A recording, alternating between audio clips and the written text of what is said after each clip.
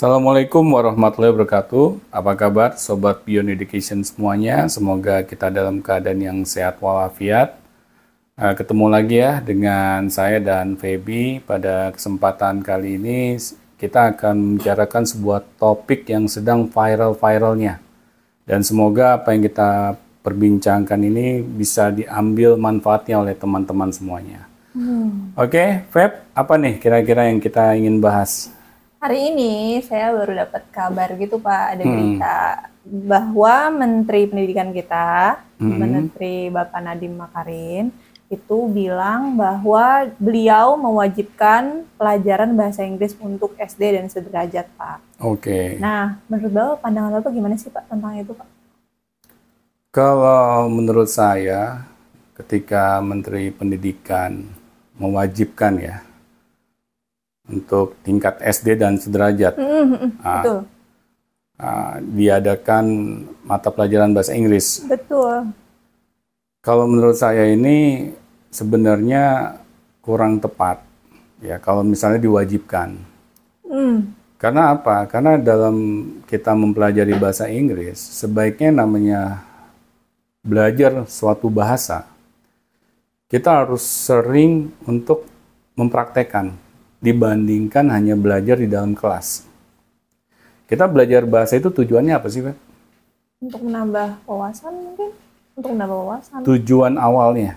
Tujuan awal Kita belajar bahasa itu untuk apa? bisa berkomunikasi. Berkomunikasi. Itu kan tujuan yang utamanya. Betul. Nah, tetapi yang saya lihat ketika di zaman dulu saya belajar bahasa Inggris di sekolah, saya hanya tujuannya agar nilai rapot semata, ya, untuk mendapatkan nilai rapot semata, bukan bagaimana agar saya bisa pandai berkomunikasi dengan bahasa Inggris. Ya, setelah saya telusuri, ya wajar gitu. Kenapa setelah saya belajar bahasa Inggris di sekolah, tetapi kok kemampuan bahasa Inggris saya dalam berkomunikasi itu tidak ada peningkatan? Karena apa? Karena yang namanya belajar bahasa yang untuk berkomunikasi, ya seharusnya kita harus sering mempraktekannya di luar sekolah. Karena negeri kita ini, negeri Indonesia tercinta ini, bahasa ibunya bukan bahasa Inggris. Jadi wajar gitu, kita tidak memakai bahasa Inggris itu untuk percakapan sehari-hari. Ya. Makanya kalau saya melihat kebijakan dari Pak Menteri ini sesungguhnya kurang tepat gitu. Tapi mungkin Pak, yang selama saya sekolah kemarin ya Pak ya di Indonesia, itu kan ini ya Pak ya, jadi itu nggak cuman pelajaran bahasa Inggris itu cuman ada di kelas doang nih Pak. Iya. Ada juga namanya English Week, ada juga mungkin kalau misalnya ada pondok juga mungkin ada Arabic Week. Jadi itu ada bahasanya, ada komunikasi juga walaupun sama teman-teman juga. Nah berarti itu kan sama aja Pak, ada komunikasi kan di situ kan? Ya sekarang gini, itu kan hanya di seputar lingkungan sekolah aja. Tetapi belajar bahasa itu harus kita jadikan suatu kebiasaan sehari-hari. Ya contoh gini deh, kita lihat negeri tetangga kita Malaysia. Mereka kan ada dua bahasa ibu ya, bahasa Melayu dan bahasa Inggris. Betul. Nah, oleh karena itu wajar kalau mereka harus mempelajari kedua bahasa itu di lingkungan sekolah. Karena mereka juga akan mempraktekannya di luar sekolah. Karena kalau kita belajar bahasa hanya di kelas doang, ujung-ujungnya kita hanya tahu teori atau tata bahasanya saja gitu. Ya, jadi kita tidak fasih ketika kita harus berkomunikasi karena jarang dipraktekkan. Ya kayak kamu bilang tadi kan, misalnya ada English Week, ya seperti istilahnya ada satu kesempatan lah kita harus berkomunikasi dengan bahasa Inggris. Tetapi kan waktunya itu sangat singkat. Ya, tidak sama seperti kalau kita itu berbahasa, berkomunikasi sehari-hari. Yang kita pakai dari kita bangun tidur sampai kita tidur lagi. Karena kalau kita ingin menguasai suatu bahasa ya, agar kita lancar dalam berkomunikasi, ya kita harus membiasakan diri gitu. Sehari-hari kita menggunakan bahasa Inggris. Sedangkan bahasa ibu di negeri kita ini adalah bahasa Indonesia. Seharusnya bahasa Indonesia terlebih dahulu lah yang harus kita utamakan. Nah, Ya. itu dia Pak masalahnya Pak. Anak zaman sekarang kebanyakan nggak suka bahasa Indonesia loh Pak. Kenapa? Sepengalaman saya sih ya Pak ya. Bahasa Indonesia itu ribet. Ribetnya di mana? Misalkan kayak ada kata-kata baku, ada kata-kata yang nggak baku. Iya. Atau enggak ada penempatan dan koma yang salah, atau enggak ada titik. Atau misalnya kayak pelajaran di sekolah, misalnya kita belajar tentang teks-teks nih Pak. Teks deskripsi, teks eksplanasi. Tapi ujung-ujungnya yang keluar di ujian tentang penempatan koma, pengejaan yang salah, gitu-gitu. Apakah itu penyebab anak-anak nggak suka bahasa Indonesia atau gimana tuh menurut Bapak? Ya kalau itu harus ditanya ke bagian kurikulum ya, ya terutama pemerintah yang harus menjawab hal ini gitu. Mengapa kok belajar bahasa Indonesia itu istilahnya rumit gitu ya. Tetapi kalau saya lebih melihat dalam sudut pandang kita belajar bahasa ini kan ada salah satu cara bagi kita untuk berkomunikasi. Nah, seharusnya kan anak-anak Indonesia ini, ya, karena bahasa ibunya adalah bahasa Indonesia, ya anak-anak kita ini harus lebih fasih dalam berbahasa Indonesia. Karena kita akan pakai untuk berkomunikasi. Nah, kan nggak lucu gitu. Misalnya kita bahasa ibunya bahasa Indonesia, tetapi sehari-hari anak-anak ngomong pakai bahasa Inggris, dan ngomong bahasa Inggrisnya juga istilahnya ya nggak tertata dengan baik lah ketika mereka berbahasa Inggris gitu. Ini kan konyol juga gitu untuk dilihat. Betul, Ya. betul, betul. Nah makanya saya melihat itu ya kok ya khususnya untuk anak-anak yang sekolah di international school misalnya. Mereka kan terbiasa ya pakai bahasa Inggris. Terus mereka dengan teman-temannya gitu. Misal di luar lingkungan sekolah mereka juga terbiasa ngomong pakai bahasa Inggris. Hal itu malah menjadi aneh bagi sebagian orang. Malah kadang jadi bahan ejekan. Ini anak-anak nih nggak sadar gitu. Lo ada di mana gitu. Ya, lo ada di negeri Indonesia. Kok lo nggak pakai bahasa Indonesia dan berbahasa dan berkomunikasi? Jadi malah menunjukkan kayak kesombongan kita gitu. Nah seharusnya kan yang namanya pemerintah itu harusnya sadar gitu bahwa kalau kita ini bahasa ibunya adalah bahasa Indonesia, anak-anak kita harus bisa berbahasa Indonesia dengan baik terlebih dahulu. Ya, karena bahasa Inggris ini bukan bahasa ibu. Kecuali ada sebagian anak-anak yang misalnya ingin pindah sekolah ke luar negeri, ya dan harus menggunakan bahasa Inggris. Ya bolehlah. Mereka ini ya harus mengambil misalnya kayak kursus ya. Jadi mereka harus belajar bahasa yang lebih spesifik gitu. Ya, karena mereka akan menggunakan bahasa tersebut untuk kebutuhan pendidikannya.